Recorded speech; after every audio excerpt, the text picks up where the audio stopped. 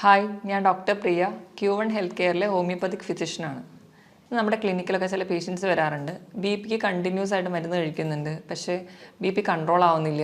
അതുപോലെ കാൽപാദത്ത്, അതുപോലെ മുഖത്തൊക്കെ നീരൊക്കെ ആയിട്ട്. ഇതൊക്കെ ഒരു പരിധിവരെ വൃക്കകൾക്കുള്ള രോഗങ്ങൾക്കുണ്ടാവാം. ഇന്ന് നമുക്ക് എന്തൊക്കെ ലക്ഷണങ്ങളാണ് ശരീരം കാണിക്കുന്നത് വൃക്കരോഗങ്ങളുണ്ടെങ്കിൽ എന്ന വിഷയത്തെക്കുറിച്ച് സംസാരിക്കാം.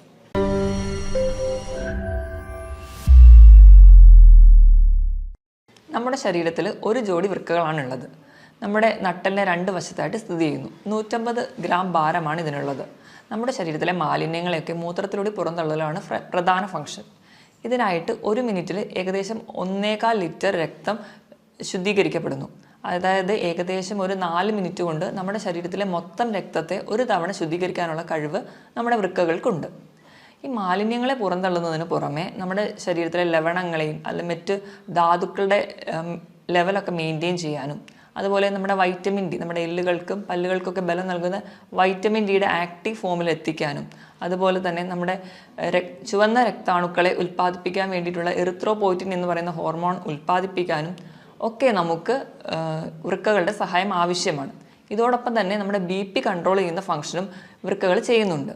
ഈ വൃക്കകളുടെ പൂർണ്ണമായ സ്തംഭനം നമ്മൾ പ്രധാനമായിട്ടും രണ്ടായിട്ട് തരംതിരിച്ചിട്ടുണ്ട്. അതിൽ ഫസ്റ്റ് വണ്ണാണ് അക്യൂട്ട് അല്ലെങ്കിൽ താൽക്കാലികമായിട്ടുള്ള സ്തംഭനം. ഇത് എന്തുകൊണ്ടൊക്കെ ഉണ്ടാവുമെന്ന് നോക്കാം. പ്രധാനമായും ഇതിൽ അണുബാധകളൊക്കെ ഉണ്ടാകുമ്പോഴാണ് അക്യൂട്ടായിട്ട് കിഡ്നി ഫെയിലിയർ വരിക. മെയിൻലി മലേറിയ അല്ലെങ്കിൽ എലിപ്പനി, ഡെങ്കിപ്പനി തുടങ്ങിയ അസുഖങ്ങൾക്ക് ശേഷം നമുക്ക് കിഡ്നി ഫെയിലിയറുകൾ വരാം. അത് ഒരു താൽക്കാലികമാണ്, പെട്ടെന്നുണ്ടാകുന്ന കുറച്ച് ദിവസങ്ങൾ കൊണ്ടുണ്ടാകുന്ന ഒരു കണ്ടീഷനാണ് അക്യൂട്ട് റീനൽ ഫെയിലിയർ. ഇത് നമുക്ക് പെട്ടെന്നുണ്ടാകുന്ന ചികിത്സകളിലൂടെയൊക്കെ നമുക്ക് കിഡ്നിയെ പഴയ ഫംഗ്ഷനിലോട്ട് തിരിച്ചെത്തിക്കാൻ പറ്റും. ഇനി നമുക്ക് രണ്ടാമതായി കാണുന്നതാണ് ക്രോണിക് റീനൽ ഫെയിലിയർ അല്ലെങ്കിൽ സ്ഥിരമായിട്ടുള്ള കിഡ്നി ഫെയിലിയറുകൾ. അതെന്തുകൊണ്ടൊക്കെ ഉണ്ടാവുന്നത് നോക്കാം. അണുബാധകൾ കൊണ്ടുവരാം, അല്ലെങ്കിൽ ജനിതകമായ മറ്റ് രോഗങ്ങൾ കൊണ്ടുവരാം, അല്ലെങ്കിൽ കണ്ടിന്യൂസ് ആയിട്ടുള്ള സ്റ്റോൺ കിഡ്നിയിൽ ഉണ്ടാവുന്നതുകൊണ്ട്, അതുപോലെ തന്നെ BP, ഷുഗർ തുടങ്ങിയ രോഗങ്ങളുള്ളവർക്കും ക്രോണിക്കായിട്ട് നിന്ന് അത് കിഡ്നി ഫെയിലിയറിലോട്ട് പോകാം. ഇത് നമ്മൾ തുടക്കത്തിലൊക്കെ അറിയുകയാണെങ്കിൽ നമുക്ക് ചികിത്സിച്ചാൽ ഒരു പരിധി വരെ കൺട്രോൾ ചെയ്യാം. അല്ലെങ്കിൽ കുറച്ചുകൂടെ ഡെവലപ്ഡ് ആയി പോവുകയാണെങ്കിൽ നമുക്ക് ഡയാലിസിസിലോടൊക്കെ പോവേണ്ടി വരുന്നുണ്ട്. ഇനി കിഡ്നിയുടെ രോഗങ്ങളൊക്കെ നമുക്ക് എങ്ങനെ തിരിച്ചറിയാമെന്ന് നോക്കാം. അതിന് പ്രധാനമായി നമ്മൾ ചെയ്യുന്നത് ഒന്നെങ്കിൽ ബ്ലഡ് ടെസ്റ്റ് അല്ലെങ്കിൽ യൂറിൻ ടെസ്റ്റാണ്.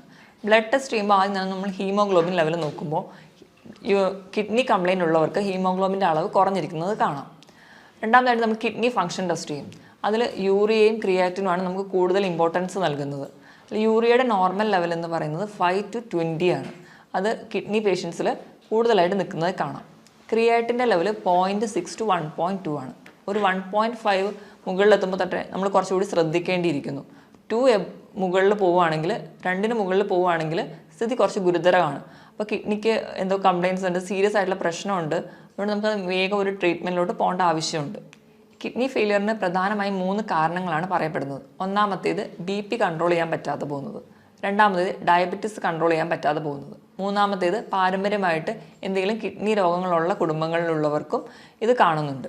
ഇനി നമ്മുടെ കിഡ്നിക്ക് എന്തെങ്കിലും രോഗങ്ങളൊക്കെ ബാധിച്ചിട്ടുണ്ടെങ്കിൽ, അല്ലെങ്കിൽ ക്രോണിക് കിഡ്നി ഫെയിലിയറിലോട്ടൊക്കെ പോകുമ്പോഴേക്കും നമ്മുടെ ശരീരം പല ലക്ഷണങ്ങൾ കാണിക്കും. ഇതെന്തൊക്കെയാണ് ഈ അടയാളങ്ങളെന്ന് നമുക്ക് നോക്കാം. ഇതിൽ ഒന്നാമത്തേതാണ് അമിതമായ ക്ഷീണം. അമിതമായ ക്ഷീണം എന്ന് പറയുമ്പോൾ തന്നെ തളർച്ച, അമിതമായ കിതപ്പ്, അതുപോലെ തന്നെ തലവേദന, തലകറക്കം, അതുപോലെ ഒന്നിലും കോൺസെൻട്രേറ്റ് ചെയ്യാൻ പറ്റാതെ വരുന്നൊരു കണ്ടീഷൻ.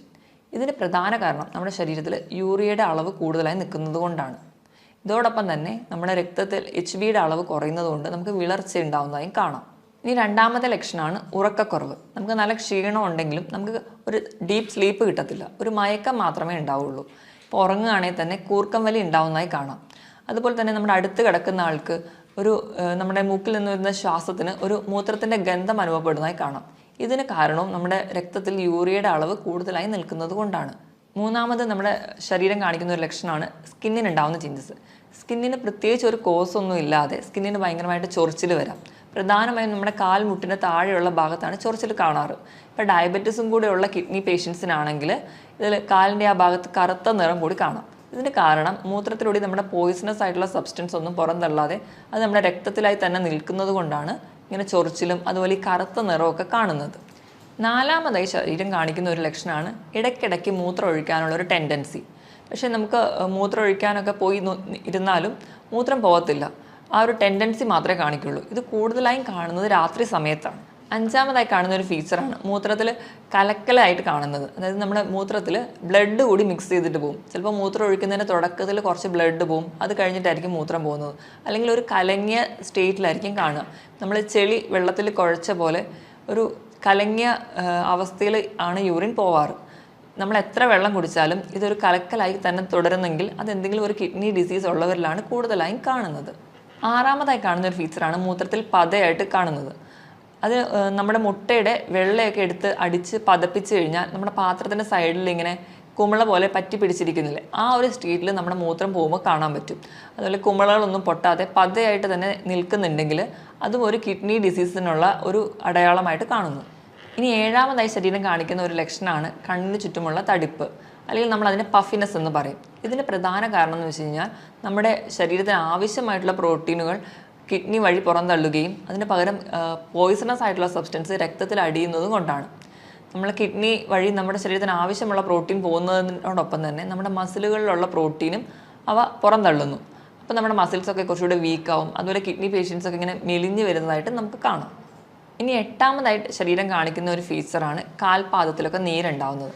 ഇതിന് പ്രധാന കാരണം എന്ന് വെച്ചിട്ടുണ്ടെങ്കിൽ നമ്മുടെ കിഡ്നിയുടെ എന്തെങ്കിലും ഡിസീസസ് വന്ന് കിഡ്നി ഫെയിലിയർ ആയിട്ടുണ്ടെങ്കിൽ നമ്മൾ വേണ്ടത്ര രീതിയിൽ ബ്ലഡൊക്കെ ഒന്നും പ്യൂരിഫൈ ചെയ്യാതെ പോകും. അപ്പോൾ ഈ ഫ്ലൂയിഡ് എല്ലാം കൂടി റിട്ടെയിൻ ചെയ്യുന്നതുകൊണ്ട് ഫ്ലൂയിഡ് ഇങ്ങനെ കെട്ടിക്കിടക്കുന്നതുകൊണ്ടാണ് കാൽപാദത്തിന് നീര് വരിക. പല കാരണങ്ങൾ കൊണ്ട് നമുക്ക് കാലിലൊക്കെ നീര് വരാം. ചില സന്ധിവാതങ്ങൾ കൊണ്ടുവരാം, അല്ലെങ്കിൽ യൂറിക് ആസിഡിൻ്റെ പ്രശ്നം കൊണ്ടൊക്കെ വരാം. പക്ഷേ ഈ നീരും നമ്മുടെ കിഡ്നി ഡിസീസിനുള്ള നീരും രണ്ടും രണ്ടായിരിക്കും. നമ്മൾ ചിലപ്പോൾ കാല് തൂക്കിയിടുമ്പോഴേക്കും ഈ കിഡ്നി ഡിസീസ് ഉള്ളവർക്ക് നീര് പെട്ടെന്ന് വരുന്നത് കാണാം. അതുപോലെ തന്നെ നമ്മൾ കാല് പൊക്കി വെച്ചതുകൊണ്ട് ഈ നീര് പെട്ടെന്ന് കുറയുന്നതായിട്ട് കാണാൻ പറ്റില്ല. ഇത് തന്നെ വെച്ച് നമുക്ക് ഡിഫറൻഷ്യേറ്റ് ചെയ്യാം, ഇത് കിഡ്നി ഡിസീസസ് കൊണ്ടാണോ അതോ മറ്റ് സന്ധി രോഗങ്ങൾ കൊണ്ടാണോ ഉണ്ടാവുന്നതെന്ന്. ഒമ്പതാമതായി ശരീരം കാണിക്കുന്ന ഒരു ലക്ഷണമാണ് വിശപ്പില്ലായ്മ. നമ്മൾ എത്ര പട്ടിണി കിടന്നാലും നമുക്ക് പ്രത്യേകിച്ച് ഒരു വിശപ്പൊന്നും തോന്നത്തില്ല. അതുപോലെ തന്നെ മറ്റു ചിലർക്കാണെങ്കിൽ ഭക്ഷണം കാണുമ്പോൾ അല്ലെങ്കിൽ ഭക്ഷണത്തിൻ്റെ സ്മെല്ലടിക്കുമ്പോഴേക്കും ഓക്കാനോ ഉണ്ടാവും.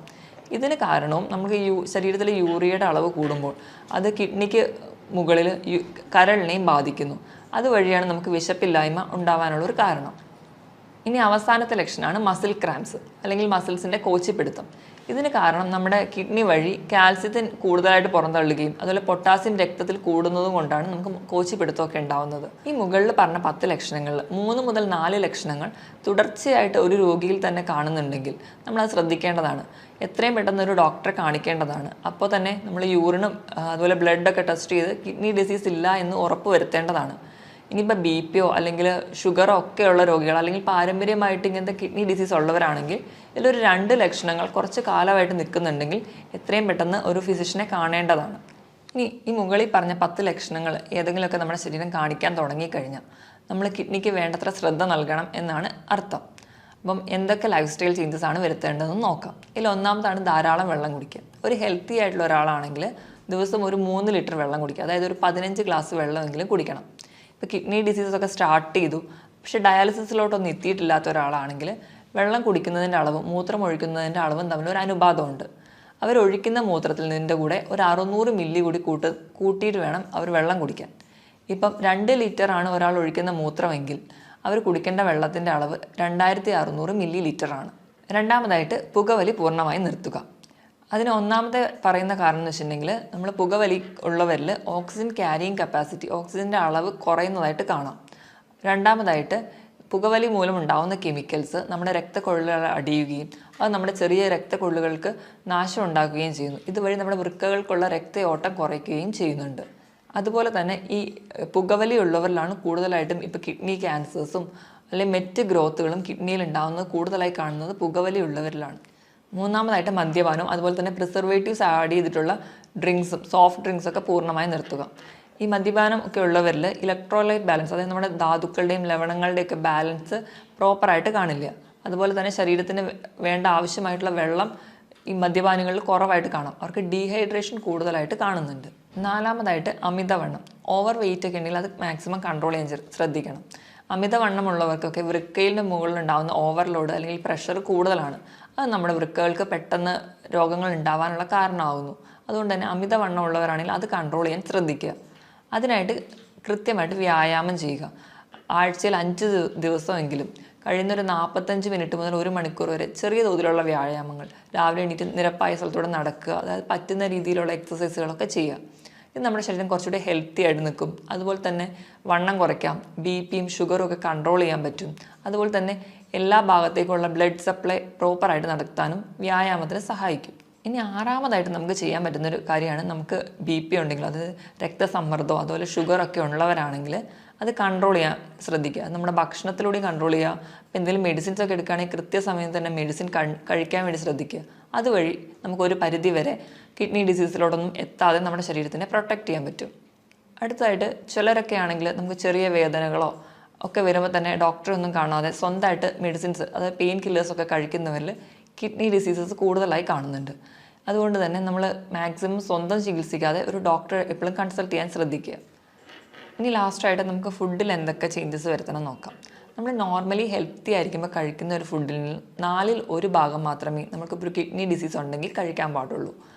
അതുപോലെ തന്നെ നമുക്ക് പ്രോട്ടീൻ, നോർമലി ഹെൽത്തി ആയിട്ടുള്ള ഒരാളാണെങ്കിൽ 1 കിലോ ആണ് നമ്മുടെ ബോഡി വെയിറ്റെങ്കിൽ അതിനനുസരിച്ച് 1 ഗ്രാം പ്രോട്ടീനാണ് കഴിക്കേണ്ടത്.